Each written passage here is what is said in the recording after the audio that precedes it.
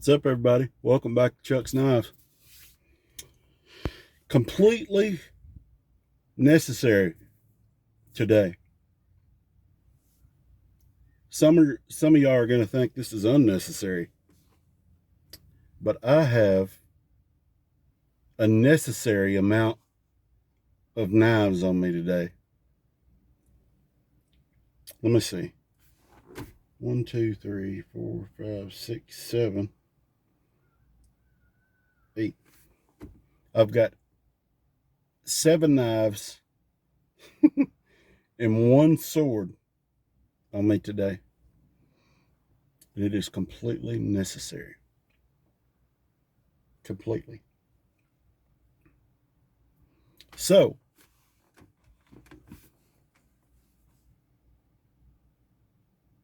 Holy Land Pocket Cross.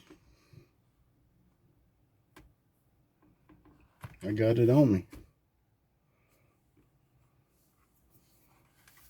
My sister picked one up at an antique mall the other day.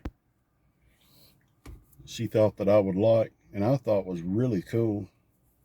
And but it's an Arthur Fulmer. Check that bad boy out. Arthur Fulmer. It's called a full craft, made in Japan. Listen to that snap. It's a lockback, and it's got some snap, crackle, and pop. That's a beautiful knife. That's a big old dude. But it's called a full craft, made in Japan. I thought that was so cool. Man, it's a big old knife. That's a hefty dude. It's a folding hunter with Arthur Fulmer stamped on the blade. Anyway, love that. Rosewood handles. Sweet. So I've got that on me. In the traditional sense.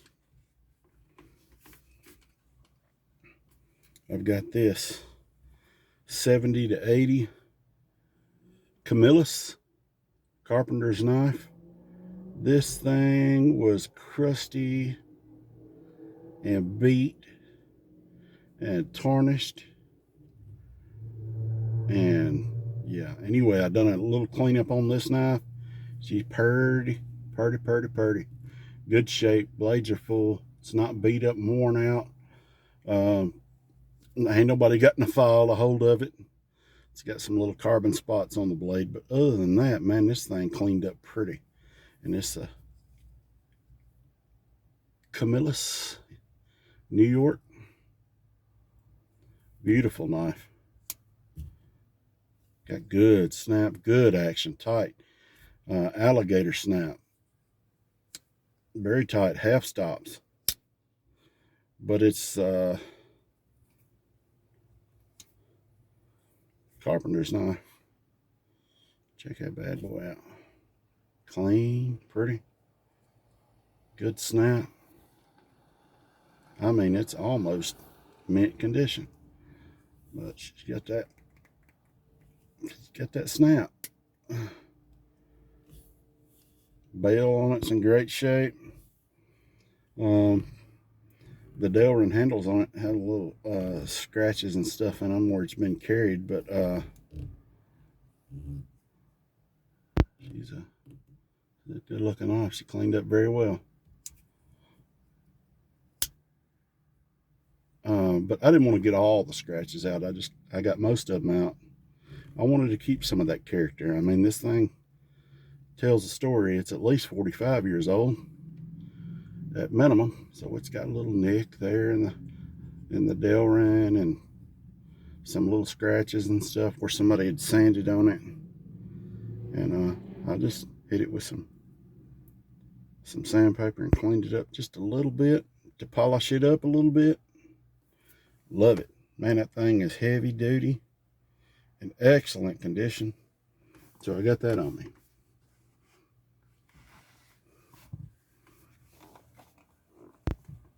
I've got this Parker on me today. Home, England.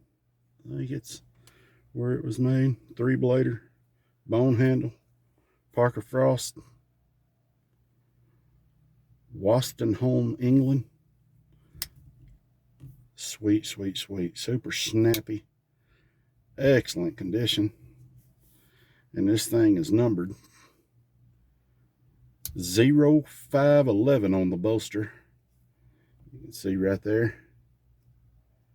There's a 0511 on the bolster. I don't know if you can see that or not, but anyway, the pin blade.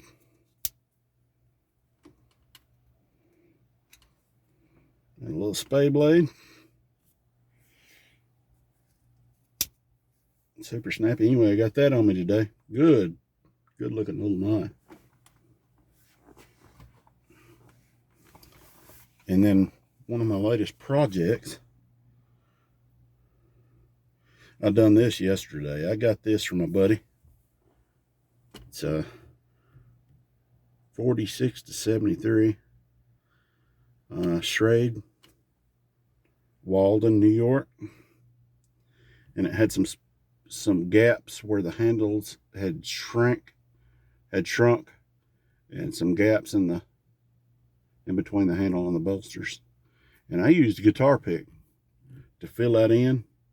I glued them in there, cut them off, sanded them down, polished it out a little bit, and you can see a little bit of that red sparkle from the guitar pick in it. They come out real good. It's a good looking little knife, and kind of surprised at how it turned out. Really, that is a sweet little knife right there. That sheep's foot blade, but you can see there it's a Schrade, Wielding, New York. 175 is the model number on that. Good looking knife. Anyway, got that fixed up. Done that yesterday. One I got a few weeks back at flea market was the Elm Hill Meats Barlow knife, and I cleaned it up, and this thing is like brand new except for some staining on the handles. Of course, you know how these are. This is a shell style handle, and it's probably got some dirt and crap all in it, but it had paint on the scales, glued or stuck all over it, paint and glue, and I sanded and wet sanded all that off and cleaned it up. This thing looks like brand new almost, but it is a carpenter's knife, Barlow, made by Colonial, Providence, Rhode Island. Anyway, you see how pretty those blades are. I don't think it's ever been used. I don't think it's ever been sharpened. Very, very good looking old knife. Half stops, excellent snap. There's the wire cutter blade with a screwdriver and the liner lock, brass liner lock, and it cleaned up like new. Very, very, very pretty knife. I've been kind of torn between getting rid of the advertisement on it, but it's kind of neat to have it on there, so I think I'm gonna keep it on there. I got that one on me, and I got my I toasted this bone hidden release trapper on me, and I broke it. I toasted it, and it turned out beautiful.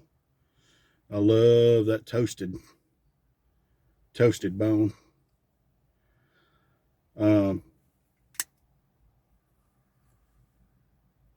Out the side,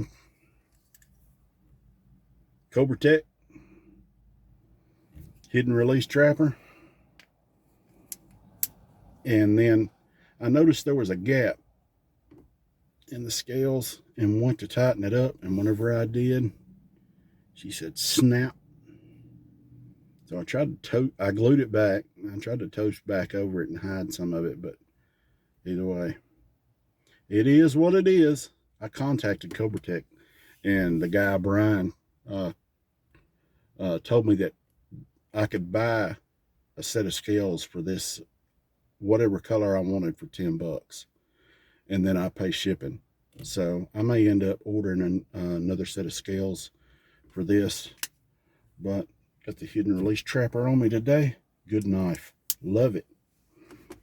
Got it on me. Then I got this baby right here, Kubi.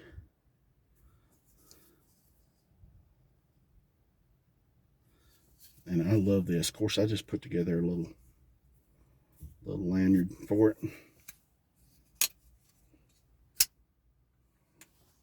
There you go. I got this from Brother Tim over at Bearded Knife Guy. Love this thing. It's lightweight, super smooth. I mean, like butter. I love the blade shape on it. I've been using it. Anyway, yeah, got that on me today. And of course, I've got my Richter knife slip housing my little Schrade Wielding. I've got my Stephen Jeffrey knife slip from S.J. Relic and Restorations, housing my Parker Frost canoe. And most importantly is this big sword. This is the most necessary thing. Oh, let's see. Is this right here. That's my sword. That's the sword of truth right there. That's it. That's the most important thing to have. And if you're not into that, if you ain't reading in that sword, you're missing out. Anyway, that's my what you toting today. And I am toting the necessary amount of knives. I hope y'all are having a great day. Tammy's doing some therapy again today, and we're just kind of out running around, taking care of some things. And you know, I've got that Divine 9 on me. I always keep it on me. I don't want to break it out and everybody see it and then freak out and think that, oh, he's wielding a gun around, and you know how people are. Anyway, that's all I got today. That's it. I just wanted to hop on here and do a little pocket dump of what you're toting. Obviously, I can't fit my sword in my pocket, but but I'm gonna keep it in the car with me or wherever I go. I've got a couple in the house that I use to reference and read in. But anyway, good stuff. Good stuff. I hope you're having a great day.